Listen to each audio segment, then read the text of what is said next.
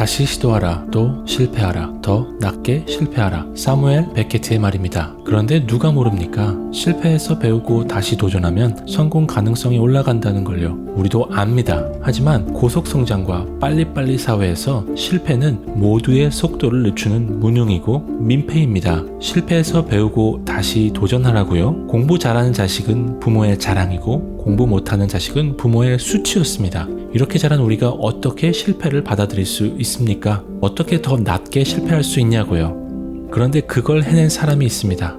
바로 이분입니다. 여러분도 알다시피 유재석은 7년간의 긴 무명 생활을 했습니다. 데뷔 년도가 1991년이니까 2000년도가 되면 무명의 기간을 끝내고 나름 A급 MC가 됐을 때입니다. 이때부터 무한도전을 시작한 2005년까지 유재석은 이런 프로그램을 시도했습니다. 성공한 프로그램들은 파란색으로, 실패한 프로그램들은 빨간색으로 표시했습니다. 보시다시피 8개의 프로그램 중 실패한 프로그램은 지존을 찾아서, 웨인구단, 감개무량입니다. 그런데 이 실패한 프로그램들을 가만히 보면 뚜렷한 패턴이 있습니다. 혹시 보이시나요? 이 3개의 프로그램에서 무한도전이 보이지 않나요? 2000년에서 2005년까지 실패한 3개의 프로그램이 대성공한 무한도전과 아주 흡사했다는 것은 우연일까요? 예능 유혹의 기술에서 이승환 작가는 무한도전과 같은 장르를 유재석식 오합지졸물이라고 명합니다. 누가 봐도 조금 부족해 보이는 멤버들이 누가 봐도 불가능해 보이는 목표를 향해 도전하는 형식 말입니다. 한 인터뷰에서 유재석은 이 유재석식 오합지졸물을 많이 부족한 우리들도 꽃피울 수 있다는 것을 보여주고 싶은 자신의 갈망이었다고 말했습니다. 그 갈망을 실현하기 위해 2000년부터 유재석은 유재석식 오합지졸물을 꾸준히 시도한 겁니다. 그 시작이 바로 지존을 찾아서였습니다. 지존을 찾아 도전하는 컨셉입니다. 물론 보기 좋게 실패합니다. 그리고 몇 년 후 웨인구단이라는 프로그램을 다시 시도합니다. 지존을 찾아서의 맥락을 이어가지만 업그레이드된 버전이었습니다. 지존을 찾아서처럼 그냥 도전만 하는 것이 아니라 도전을 위한 훈련을 추가한 겁니다. 이 훈련 장면은 멤버들의 개성을 더 부각시켜 재미를 더해줬습니다. 확실히 좋은 선택이었지만 아깝게도 조기종영됩니다. 지존을 찾아서보다 더 낮게 실패한 겁니다. 포기하지 않고 1년 후 다시 도전합니다. 유재석의 감개무량입니다. 웨인구단의 업그레이드 버전입니다. 웨인구단처럼 사람에게 도전한 것뿐 아니라 사람이 아닌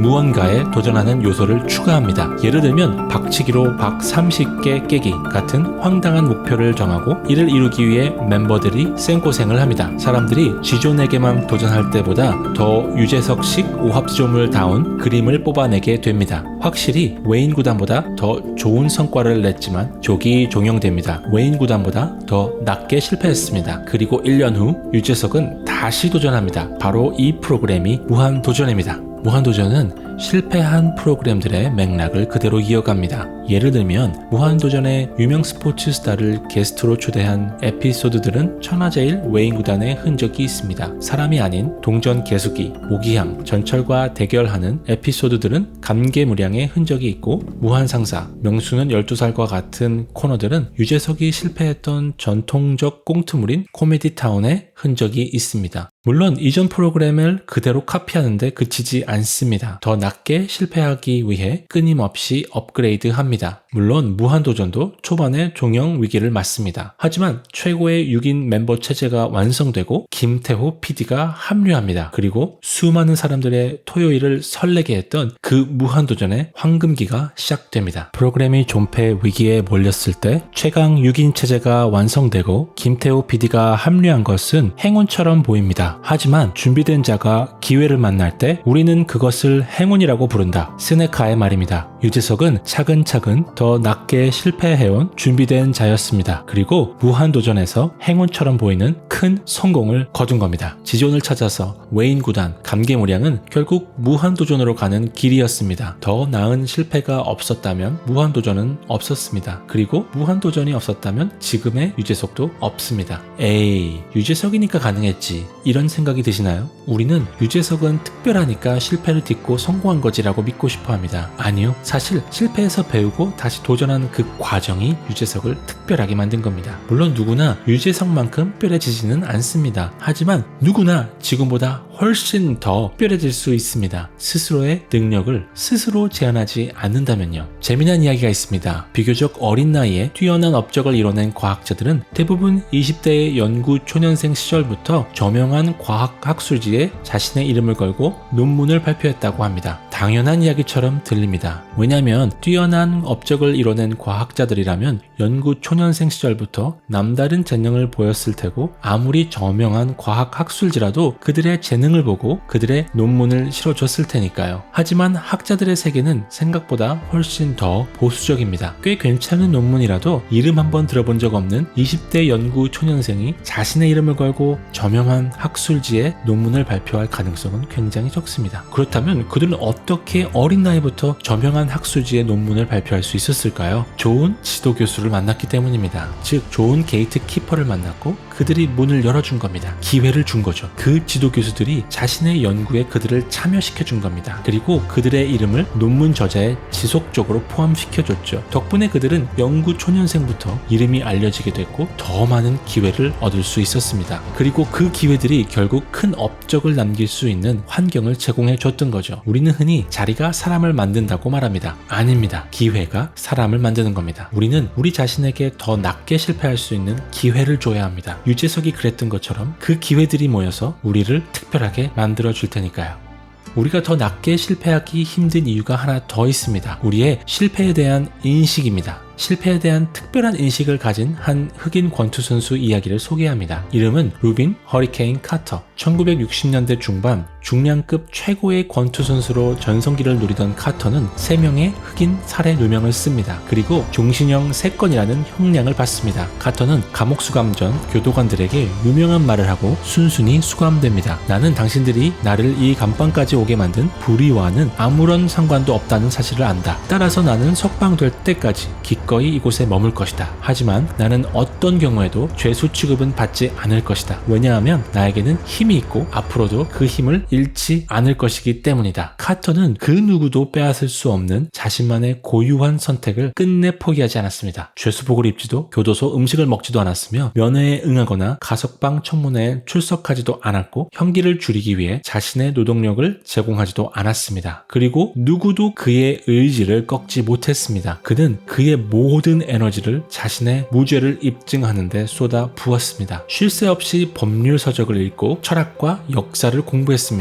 시간을 쪼개고 또 쪼개어 끊임없이 공부와 연구를 거듭했습니다. 결백한 자유인의 몸으로 교도소를 나설 무렵에는 이전보다 훨씬 훌륭한 사람이 되어 있기로 굳게 결심했습니다. 그리고 마침내 19년의 세월과 2차례에 걸친 재판 후 드디어 교도소를 나온 카터는 마치 아무 일도 없었다는 듯 다시 자신의 삶을 살아가기 시작했습니다. 카터는 피해 보상 요구하는 민사소송은 물론 재판부에 사과조차 요구하지 않았습니다. 그렇게 한다는 것은 곧 그들이 자신의 무언가를 빼앗았다는 사실을 인정한다는 의미이기 때문입니다. 그는 캄캄한 독방에 갇혀있을 때조차 한 번도 그런 생각을 해보지 않았다고 합니다. 그는 이미 다음과 같은 선택을 했기 때문입니다. 이 일은 나를 망가뜨리지 못한다. 내가 원해서 벌어진 일은 아니지만 이 일이 나에게 어떤 영향을 미칠지는 내가 결정한다. 다른 누구에게도 그런 권리는 없다. 만약에 카터가 너무 억울하다. 인생 완전 망했다. 와 같은 인식을 선택했다면 어땠을까요? 세상을 얼마나 원망했을까요? 절망에 빠져서 자신의 삶을 망가뜨리지 않았을까요? 그의 삶이 그 억울한 일로 망가졌다면 그것이 진정한 실패입니다. 그래서 그는 의지적으로 선택한 겁니다. 이 일은 나를 망가뜨리지 못한다. 이 일이 나에게 어떤 영향을 미칠지는 내가 결정한다. 그리고 그는 그가 선택한 그 인식대로 행동했고 결국 원하는 것을 이루어냈습니다. 그의 실패에 대한 특별한 인식이 그를 그렇게 행동하도록 했고 결국 특별한 결과를 만들어낸 겁니다. 여러분은 실패에 대한 어떤 인식을 가지고 있나요? 결국 우리는 우리의 인식대로 행동하게 됩니다. 그리고 좋든 싫든 우리의 행동대로 우리의 삶은 전개되는 거죠. 실패하셨나요? 좋습니다. 더 낮게 실패할 수 있는 기회입니다. 여러분이 더 특별해질 수 있는 기회가 온 겁니다. 물론 실패를 이겨내는 것은 쉬운 일이 아닙니다. 왜냐하면 우리의 뇌는 우리가 위험 부담을 가지고 다시 시도하는 것을 절대로 원하지 않기 때문입니다. 우리의 뇌는 온갖 방법으로 우리를 회유할 겁니다. 다시 실패하면 인생이 끝날 것처럼 우리를 불안과 공포에 몰아넣을 것입니다. 하지만 좋은 방법이 있습니다. 여러분의 실패 스토리를 종이에 적어보는 겁니다. 그리고 스토리에서 객관적 팩트와 주관적 인식을 분리해보세요. 주관적 인식에 하이라이트 해보는 겁니다. 그리고 실패 후 어떤 행동을 했는지도 적어보세요. 여러분이 가졌던 인식이 결국 행동으로 이어졌을 가능성이 높습니다. 이 과정을 통해 우리가 실패에 대한 어떤 인식을 가지고 있는지 적나라하게 드러내는 겁니다. 그리고 그 실패가 우리의 어떤 행동을 유도하고 있는지, 그리고 우리의 삶을 어떤 방향으로 끌고 가려는지 드러내는 겁니다. 여러분은 더 낫게 실패할 수 있습니다. 그리고 더